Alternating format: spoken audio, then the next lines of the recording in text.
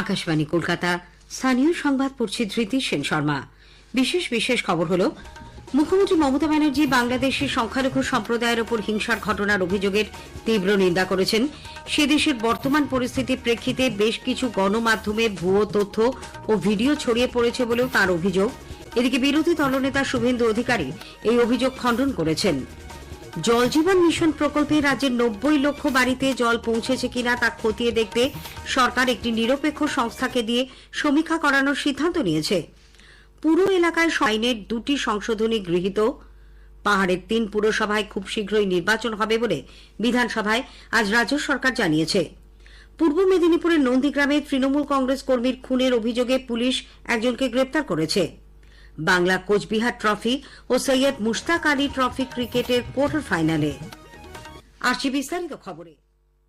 মুখ্যমন্ত্রী মমতা ব্যানার্জি বাংলাদেশের সংখ্যালঘু সম্প্রদায়ের ওপর হিংসার ঘটনার অভিযোগের তীব্র নিন্দা করেছেন। রাজ্য বিধানসভায় আজ এক বিবৃতিতে তিনি বলেন, কোন সম্প্রদায় নয়, দাঙ্গা করে সমাজ বিরোধীরা। বাংলাদেশের সাম্প্রতিক পরিস্থিতির ফলে রাজ্যের সাম্প্রদায়িক সম্প্রীতি ও সৌভ্রাতৃত্ব রক্ষার আবেদন জানান তিনি। হিন্দু মুসলমান 2 সম্প্রদায়ের মানুষ যেভাবে রাজ্যে একই সুরে প্রতিবাদে সরব হয়েছেন, সেজন্য তাদের কৃতজ্ঞতা জানান মমতা।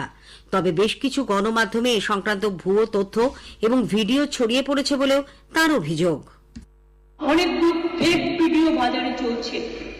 কোনো একটা পলিটিক্যাল পার্টির পক্ষ থেকে কিছু ফেক ভিডিও চালিয়ে আগুন লাগাবার চেষ্টা করা হচ্ছে। প্লিজ দয়া করে উভয় সম্প্রদায় এর থেকে বিরত থাকুন।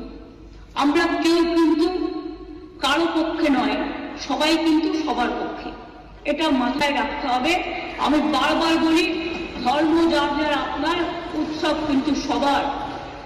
বাংলাদেশের ব্যাপারে late government of India to decide. Bangladesh থেকে আসা নাগরিকদের ক্ষেত্রে তিনি কেন্দ্রের নীতি অনুসরণ করবেন বলেও মুখ্যমন্ত্রী স্পষ্ট জানিয়েছেন। এদিকে বিরোধী দলনেতা শুভেন্দু অধিকারী মুখ্যমন্ত্রীর অপপ্রচারের অভিযোগ খণ্ডন করেছেন। বিধানসভার বাইরে তিনি আজ সাংবাদিকদের বলেন, কোনো ভুল তথ্য বা ভিডিও প্রচার করা হয়নি। বাংলাদেশের ঘটনা নিয়ে যেভাবে জনরোষ তৈরি হয়েছে, তাতে মুখ রক্ষা করতেই মুখ্যমন্ত্রীর এই বিবৃতি বলে তাঁর পাল্টা দাবি। চিন্ময় কৃষ্ণ প্রভুকে গ্রেপ্তার, তাকে প্রসাদ দিতে গেছিল আরো 2 সন্ন্যাসীকে গ্রেপ্তার। এটা কি অপপ্রচার? চট্টগ্রাম জুড়ে, রংপুর জুড়ে, বাংলাদেশে মন্দিরগুলোতে হামলা, এটা কি অপপ্রচার? ছবিগুলো তাহলে মিথ্যা? মমতা ব্যানার্জির কাছে যেহেতু এগুলো মিথ্যা হয়, গোটা পৃথিবীর মানুষের কাছে এটাই চরমতম সত্য। বঙ্গীয় জাগরণ মঞ্চ আগামীকাল বসিরহাটে অবরোধ কর্মসূচি পালন করবে এবং তিনি সেখানে উপস্থিত থাকবেন বলেও বিরোধী দলনেতা জানিয়েছেন।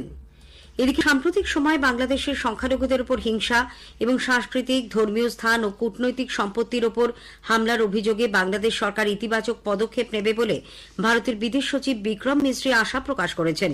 তিনি আজ বাংলাদেশের বিদেশ সচিব জসিম উদ্দিনের সঙ্গে ঢাকায় রাষ্ট্রীয় অতিথি ভবন পদ্মায় এক বৈঠক করেন। পরে সাংবাদিক সম্মেলনে বিদেশ সচিব বলেন, দুদেশের ইতিবাচক, গঠনমূলক ও পারস্পরিক সৌহার্দ্যের ওপর ভিত্তি করে দ্বিপাক্ষিক সম্পর্ককে ভারত গুরুত্ব দেয়। ইসকন কলকাতার সহ সভাপতি রাধারমন দাস ভারত বাংলাদেশ কূটনৈতিক পর্বে বৈঠকের জন্য বিদেশ সচিবকে ধন্যবাদ জানান। কলকাতায় আজ তিনি সাংবাদিকদের বলেন, বাংলাদেশে কি ঘটছে তা সকলেই দেখছেন। সেদেশের সংখ্যালঘুদের উপর আক্রমণের ঘটনায় বাংলাদেশ সরকার যাতে দ্রুত ব্যবস্থা নেয়, সেই আর্জিও জানান তিনি। অনেক ধন্যবাদ জানাবো গভর্নমেন্ট অফ ইন্ডিয়া আর মিস্টার বিক্রম মিস্ত্রিকে, উনি এটা রেজ করেছেন। যেটা হচ্ছে বাংলাদেশে, এটা খুব ডেঞ্জারাস, খুব ভোলাটাইল। ইমিডিয়েটলি অ্যাকশন নেওয়ার দরকার। এখন ভারতের ফরেন সেক্রেটারি উনি নিজে গিয়ে এই কনসার্ন গুলো রেজ করেছেন। প্রবীণ কংগ্রেস নেতা অধীর রঞ্জন চৌধুরীও বাংলাদেশে কূটনৈতিক পর্যায়ের ওই বৈঠককে সাধুবাদ জানিয়েছেন। সেদেশের সঙ্গে এই ধরনের বৈঠকের ফলে দুদেশের সম্পর্ক স্বাভাবিক হলে তা উভয়ের ক্ষেত্রে মঙ্গলজনক হবে বলে তিনি মন্তব্য করেন। যে ধরনের কট্টরপন্থী শক্তি আত্মপ্রকাশ করছে, তার আক্রমণে না বাংলাদেশ বাঁচবে না আমরা নিশ্চয় থাকবো। আজকে বাংলাদেশের মানুষ যেটা ভুগছে, আগামী দিনে এই রাজ্যে তার প্রভাব পড়বে। তাই উভয় দেশের সম্পর্ক যত স্বাভাবিক হয় ততই আমাদের সকলের জন্য ভালো বলে মনে করি। কিন্তু দুর্ভাগ্য যে এখনো বাংলাদেশে তো নির্বাচিত সরকার নেই, কার সঙ্গে কে কথা বলবে জানি না। প্রতিবেশী বাংলাদেশে উদ্ভূত পরিস্থিতি এবং ভারতের প্রতি অবমাননাকর মন্তব্যের অভিযোগের প্রেক্ষিতে দার্জিলিংয়ের হোটেল ব্যবসায়ী সংগঠন সেখানে কোনো বাংলাদেশি পর্যটককে জায়গা না দেওয়ার সিদ্ধান্ত নিয়েছে।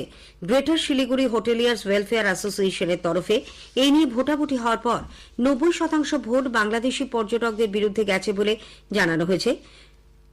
উল্লেখ্য, দার্জিলিংয়ে প্রতি বছর গড়ে প্রায় 20,000 পর্যটক বাংলাদেশ থেকে আসেন।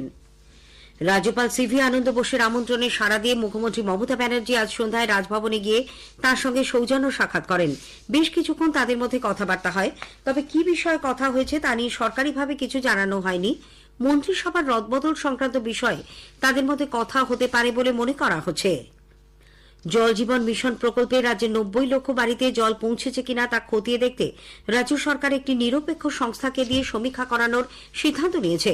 প্রকল্পের অগ্রগতি নিয়ে মুখ্যমন্ত্রী মমতা ব্যানার্জি আজ বিধানসভায় প্রতিটি জেলার জেলাশাসক, জেলা পুলিশ সুপার, বিভিন্ন দপ্তরের মন্ত্রী ও আধিকারিকদের সঙ্গে এক বৈঠকে এই সিদ্ধান্তের কথা জানান। সমীক্ষার কাজের ওপর পুলিশ নজরদারি করবে। পাশাপাশি প্রকল্পে প্রতিটি বাড়িতে দ্রুত পরিশ্রুত পানীয় জল পৌঁছে দিতে জনস্বাস্থ্য কারিগরি, পঞ্চায়েত, পূর্ত, সুন্দরবন উন্নয়ন দিয়ে সমীক্ষা করানোর সিদ্ধান্ত নিয়েছে। পুরো এলাকায় আইনের 2টি সংশোধনী গৃহীত। পাহাড়ের 3 পুরসভায় খুব শীঘ্রই নির্বাচন হবে বলে বিধানসভায় আজ রাজ্য সরকার জানিয়েছে। পূর্ব মেদিনীপুরের নন্দীগ্রামে তৃণমূল কংগ্রেস কর্মীর খুনের অভিযোগে পুলিশ একজনকে গ্রেপ্তার করেছে। বাংলা কোচবিহার ট্রফি ও সৈয়দ মুশতাক আলী ট্রফি ক্রিকেটের কোয়ার্টার ফাইনালে। আসছে বিস্তারিত খবরে। বাংলাদেশের সংখ্যালঘু সম্প্রদায়ের ওপর হিংসার ঘটনার অভিযোগের তীব্র নিন্দা করেছেন। রাজ্য বিধানসভায় আজ এক বিবৃতিতে তিনি বলেন, কোন সম্প্রদায় নয়, দাঙ্গা করে সমাজ বিরোধীরা। বাংলাদেশের